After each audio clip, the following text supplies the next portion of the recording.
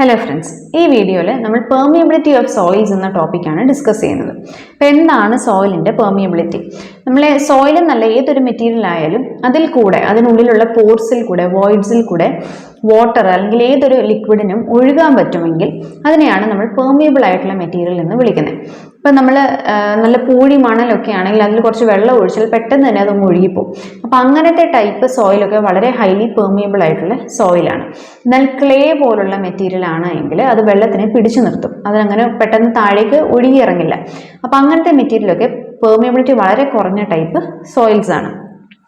It is defined as a property of a porous material which permits the passage or seepage of water or other fluids through its interconnecting voids. A material having continuous void is called permeable material. Gravels are highly permeable while stiff clay is least permeable. അപ്പോൾ നേരത്തെ നമ്മൾ മണലിൻ്റെ case പറഞ്ഞു വിട്ടേ gravel ആണെങ്കിലും അതിൽ നമ്മൾ കുറച്ച് വെള്ളം ഒഴിക്കുവാണെങ്കിൽ അതങ്ങ് ഒഴുകിയിറങ്ങും. അപ്പം അങ്ങനത്തെ മെറ്റീരിയൽസ് ഒക്കെ ഹൈലി പെർമിയബിൾ ആണ്. ഇനി പെർമിയബിലിറ്റിയുടെ ടോപ്പിക്കിൽ നമുക്ക് ഇമ്പോർട്ടൻ്റ് ആയിട്ട് അറിഞ്ഞിരിക്കേണ്ട ഒരു ലോ ആണ് ഡാർസിയസ് law. For laminar flow conditions in a saturated soil, the rate of discharge per unit time is proportional to the hydraulic gradient. Darcy's law എന്താ പറയുന്നതെന്ന് വെച്ചാൽ റേറ്റ് ഓഫ് ഫ്ലോ, ഈ സോയിലിൽ കൂടെ വെള്ളം ഒഴുകുന്ന ആ ഒരു സ്പീഡ് ഉണ്ടല്ലോ, it is proportional to the hydraulic gradient എന്നാണ്. ഇനി Q is equal to discharge is equal to K into I into A. ഇവിടെ K എന്ന് പറയുന്നത് ഇവിടുത്തെ പ്രൊപ്പോർഷണാലിറ്റി കോൺസ്റ്റന്റ് ആണ്. അതായത് Q is proportional to I into A എന്നായിരുന്നു. ഇവിടെ I എന്ന് പറയുന്നത് ഹൈഡ്രോളിക് ഗ്രേഡിയൻറ്റും A ആ വെള്ളം ഒഴുകുന്ന സോയിലിന്റെ ക്രോസ് സെക്ഷണൽ ഏരിയയാണ്.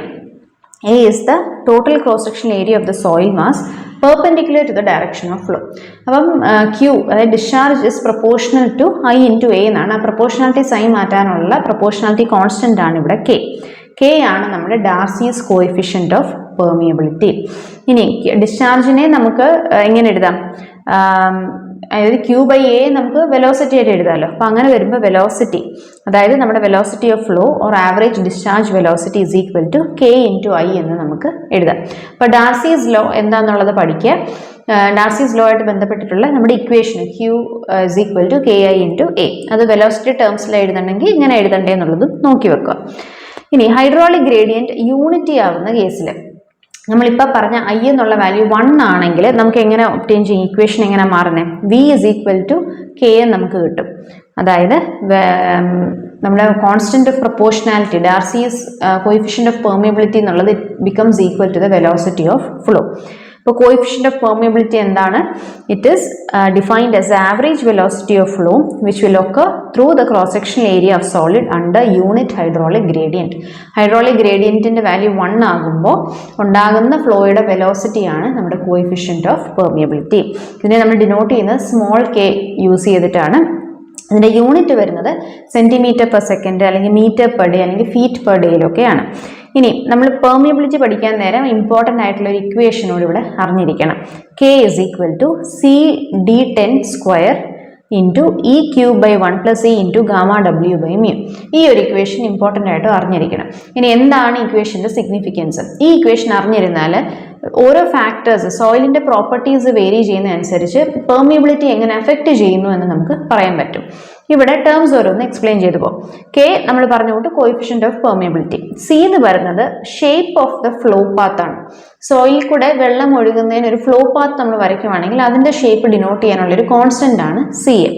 D10 എന്നുള്ളത് effective size of the particles ആണ്. നമ്മൾ പാർട്ടിക്കിൾ സൈസ് ഡിസ്ട്രിബ്യൂഷൻ കർവ് ഒക്കെ വരയ്ക്കാൻ നേരം അവിടെ നമ്മൾ D10 D60 ഒക്കെ പഠിക്കുന്നുണ്ട്. അതിൽ എഫക്റ്റീവ് സൈസ് ആണ് D10. അതായത് ഈ D10 എന്ന് പറയുന്ന പാർട്ടിക്കിൾ സൈസിനെക്കാട്ടിലും ചെറുത് 10% ചെറിയ പാർട്ടിക്കിൾ സൈസ് ആയിരിക്കും, 90% ഈ D10നെക്കാട്ടിലും കൂടിയ സൈസുള്ള പാർട്ടിക്കിൾസ് ആയിരിക്കും ആ ഒരു പർട്ടിക്കുലർ സാമ്പിളിൽ. അപ്പോൾ D10 എഫക്റ്റീവ് സൈസ്, E എന്ന് പറയുന്നത് void ratio, gamma W unit weight of water, mu എന്ന് പറയുന്നത് വിസ്കോസിറ്റി ഓഫ് ദി ലിക്വിഡ് ആണ്. ഇപ്പോൾ നമ്മൾ വാട്ടർ ആണ് ഫ്ലോ ചെയ്യുന്നതെങ്കിൽ വാട്ടറിൻ്റെ വിസ്കോസിറ്റിയാണ് മ്യൂ വെച്ച് ഡിനോട്ട് ചെയ്യുന്നത്. അപ്പോൾ ഇനി ഈ ഒരു ഇക്വേഷൻ പഠിച്ചു വെച്ചാൽ നമുക്ക് ഈസി ആയിട്ട് താഴോട്ട് നമ്മൾ ഡിസ്കസ് ചെയ്യുന്ന ഫാക്ടേഴ്സ് അഫക്റ്റിംഗ് പെർമിയബിലിറ്റി നമുക്ക് സിമ്പിളായിട്ട് പഠിക്കാൻ പറ്റും. ആദ്യം തന്നെ size of the soil particle. അപ്പോൾ size of the soil particle നമ്മൾ D10 എഫക്റ്റീവ് സൈസ് വെച്ചാണ് ഡിനോട്ട് ചെയ്യുന്നത്. അപ്പോൾ D10ഉം നമുക്കറിയാം ഇവിടെ കോഎഫിഷ്യന്റ് ഓഫ് പെർമിയബിലിറ്റിയും ഡയറക്ട്ലി പ്രൊപ്പോർഷണൽ ആണ്. അപ്പോൾ പാർട്ടിക്കിൾ സൈസ് കൂടുന്നതനുസരിച്ച് പെർമിയബിലിറ്റി കൂടുന്നു. If the size is coarse grained permeability is more. Coarse grained എന്ന് വെച്ചാൽ വലിയ പാർട്ടിക്കിൾസ് സൈസ് ഉള്ള പാർട്ടിക്കിൾസ് സോയിൽ. അപ്പം പാർട്ടിക്കിൾ സൈസ് കൂടുന്നതനുസരിച്ച് പെർമിയബിലിറ്റി കൂടുന്നു. If it is fine grained permeability is low. തീരെ ചെറിയ പാർട്ടിക്കിൾ സൈസ് ആണെങ്കിൽ പെർമിയബിലിറ്റി ലോ ആയിരിക്കും. ഇനി വോയിഡ് റേഷ്യോ ആണേലോ, ഇപ്പം നമ്മൾ നേരത്തെ പറഞ്ഞു ക്ലേയുടെ ഒക്കെ പാർട്ടിക്കിൾ സൈസ് എന്ന് പറഞ്ഞാൽ തീരെ ഫൈൻ ആണ്. അപ്പം അതുകൊണ്ടാണ് അവിടെ പെർമിയബിലിറ്റി തീരെ കുറവായിട്ട് വരുന്നത്. അടുത്തത് വോയിഡ് റേഷ്യോ. വോയിഡ് റേഷ്യോ നമ്മൾ പറഞ്ഞു ഈ ക്യൂബ് ന്യൂമറേറ്ററിൽ വരുന്നുണ്ട്. അപ്പം അതുകൊണ്ട് തന്നെ വോയിഡ് റേഷ്യോ കൂടുന്നതനുസരിച്ച് പെർമിയബിലിറ്റിയും കൂടുമെന്ന് നമുക്ക് പറയാം. In general permeability increases with void ratio. ഇനി വാട്ടറിന്റെ പ്രോപ്പർട്ടീസ് നോക്കുവാണെങ്കിൽ വാട്ടറിന്റെ പ്രോപ്പർട്ടി ഡിനോട്ട് ചെയ്യുന്നത് ഈ ഗാമ ഡബ്ല്യു ബൈ മ്യൂ എന്നുള്ള ടേമാണ്. Gamma W unit weight of വാട്ടറും ഡിനോമിനേറ്ററിൽ നമുക്ക് വിസ്കോസിറ്റി ഓഫ് വാട്ടർ വരുന്നുണ്ട്. വിസ്കോസിറ്റി ഓഫ് വാട്ടറും പെർമിയബിലിറ്റിയും ഇൻവേഴ്സ്ലി പ്രൊപ്പോർഷണൽ ആണ്. അപ്പം വിസ്കോസിറ്റി കൂടുന്നതനുസരിച്ച് പെർമിയബിലിറ്റി കുറയുന്നു. ഇപ്പം വിസ്കോസിറ്റി കൂടുകയെന്ന് വെച്ചാൽ വളരെ സ്റ്റിഫ് ആയിട്ടുള്ള ലിക്വിഡ് ആയിരിക്കും, അത് ഫ്ലോ ചെയ്യാനുള്ള ടെൻഡൻസി തന്നെ വളരെ കുറവായിരിക്കും. അപ്പം അങ്ങനത്തെ കേസിൽ പെർമിയബിലിറ്റി കുറയുമാണ് ചെയ്യുന്നത്. Various properties of water or fluid, such as unit weight and viscosity, also affects permeability. ഇനി ടെമ്പറേച്ചർ, ഇപ്പം യൂണിറ്റ് വെയിറ്റിന്റെ കേസ് പറയുവാണെങ്കിൽ യൂണിറ്റ് വെയിറ്റ് കൂടുന്നതനുസരിച്ച് പെർമിയബിലിറ്റിയും കൂടുമെന്ന് നമുക്ക് പറയാം. ഇനി ടെമ്പറേച്ചർ ആണെങ്കിലോ, permeability is inversely proportional to viscosity of the fluid. It is known that viscosity varies inversely to temperature. ഇപ്പോൾ വിസ്കോസിറ്റിയും പെർമിയബിലിറ്റിയും തമ്മിലുള്ള relationship നമ്മൾ പറഞ്ഞു ഇൻവേഴ്സ്ലി പ്രൊപ്പോർഷണൽ ആണ്. ഇനി വിസ്കോസിറ്റിയും ടെമ്പറേച്ചറും തമ്മിലുള്ള റിലേഷൻഷിപ്പ് നമുക്കറിയാമല്ലോ. ടെമ്പറേച്ചർ കൂടുന്നതനുസരിച്ച് വിസ്കോസിറ്റി കുറയുവാണ് ചെയ്യുന്നത്. അപ്പോൾ അത് വെച്ച് നമുക്കിതിനെ റിലേറ്റ് ചെയ്യാൻ പറ്റും. Hence greater the temperature higher will be the permeability. അപ്പോൾ ടെമ്പറേച്ചർ കൂടുന്നതനുസരിച്ച് വിസ്കോസിറ്റി കുറയുന്നു, വിസ്കോസിറ്റി കുറയുന്നതനുസരിച്ച് നമുക്ക് കോഎഫിഷ്യന്റ് ഓഫ് പെർമിയബിലിറ്റി കൂടുന്നു, ഈ പെർമിയബിലിറ്റി കൂടുന്നു എന്ന് നമുക്ക് പറയാം. Degree of saturation.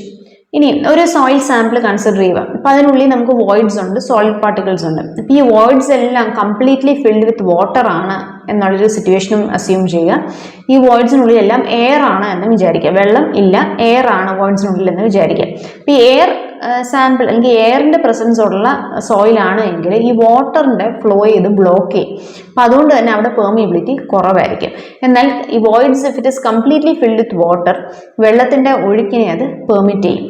അപ്പം അതുകൊണ്ട് സാച്ചുറേറ്റഡ് സോയിലാണെങ്കിൽ പെർമിയബിലിറ്റി കൂടുതലായിരിക്കും.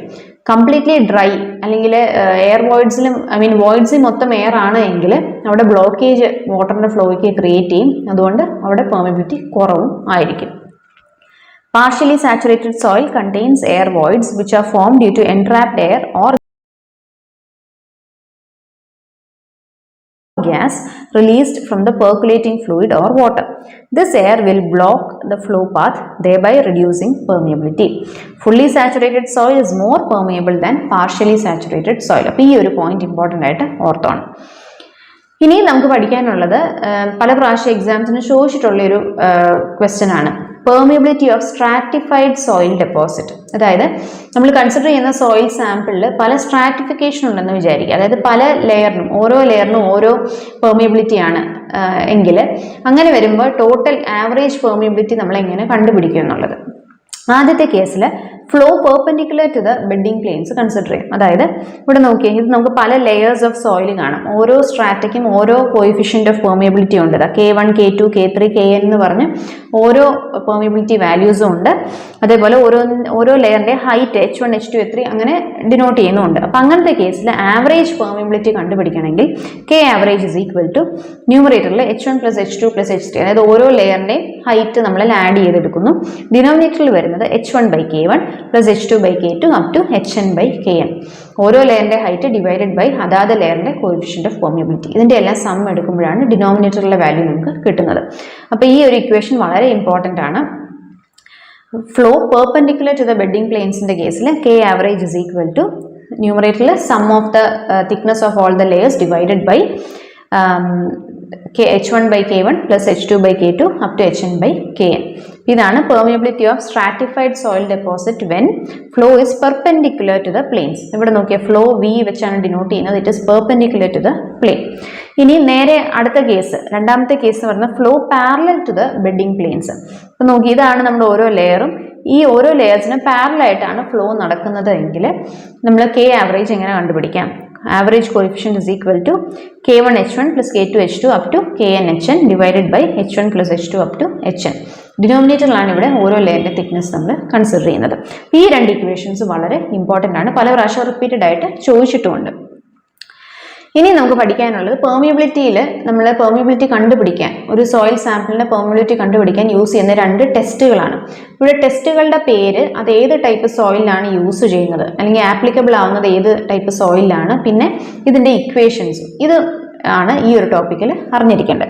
അപ്പോൾ ആദ്യത്തെ test constant head permeability test. അപ്പോൾ ഈ ഒരു ടെസ്റ്റ് നമ്മൾ യൂസ് ചെയ്യുന്നത് the constant head permeability test is a laboratory experiment conducted to determine permeability of soil.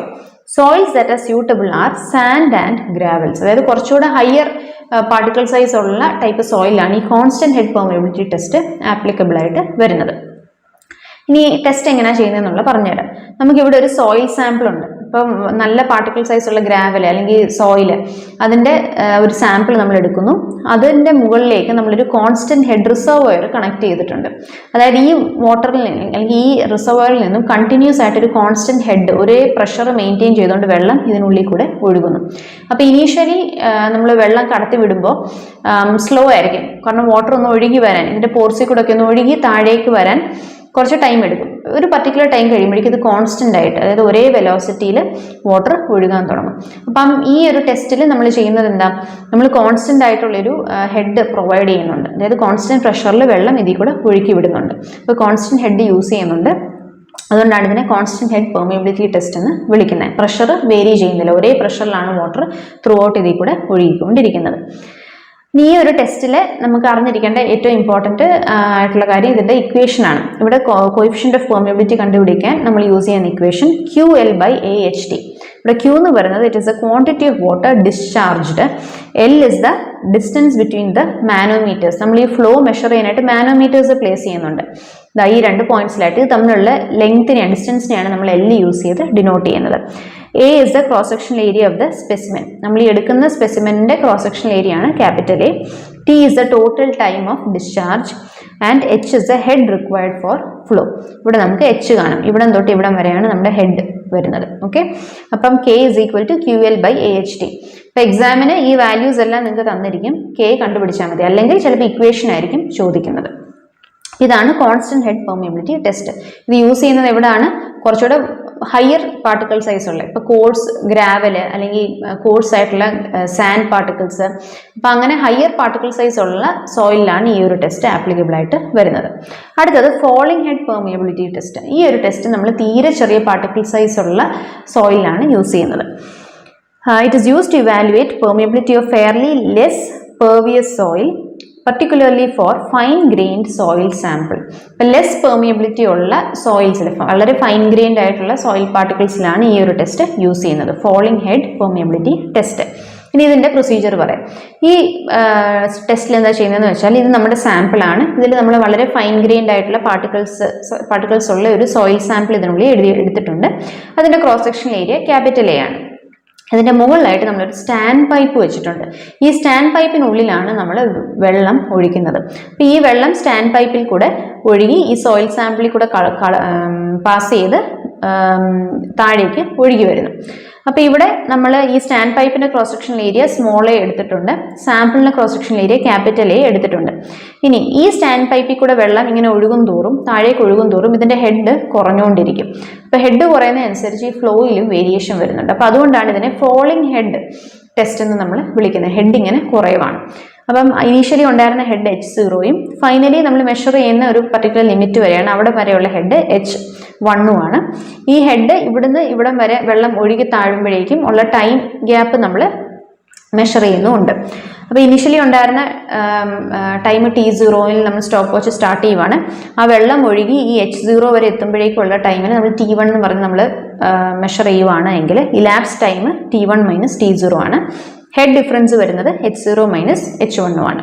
അപ്പോൾ നമ്മൾ കോഎഫിഷ്യന്റ് ഓഫ് പെർമിയബിലിറ്റി കണ്ടുപിടിക്കാനുള്ള ഇക്വേഷൻ ഇവിടുത്തെ 2.3 small a into L. Small a ഇവിടെ ഏരിയ ഓഫ് സ്റ്റാൻഡ് പൈപ്പ് ആണ്, cross sectional area of stand pipe, into L divided by capital A. Capital A എന്തുവാ, നമ്മുടെ സാമ്പിളിൻ്റെ cross sectional area ആണ്, into T1 - T0 into log H0 / H1.